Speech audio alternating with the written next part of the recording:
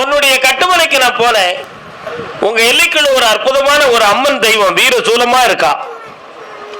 என்னடா அந்த தெய்வத்தை நான் போய் கேட்கும் பொழுது, இப்பொழுதுக்கு இவருடைய மகனுடைய கல்வி சான்றுகள் எல்லாம் பணி செய்யக்கூடிய உதவியான நிலைகளில் இல்லை.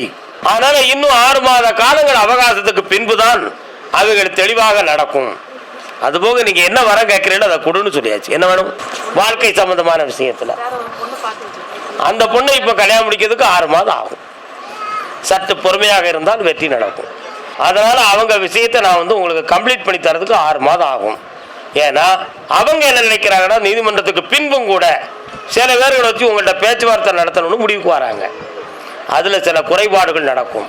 அதுல இருந்து உங்களை மீட்டி தந்துருந்தேன். பையனுக்கு சரியாக தை மாதத்துல கல்யாணத்தை முடிச்சுட்டாங்க. வேற பொண்ணு தான் கிடைக்கும். அவன் வேலை சம்பந்தமா கொஞ்சம் பிரச்சனை இருக்கு, தீர்த்துருவோம்.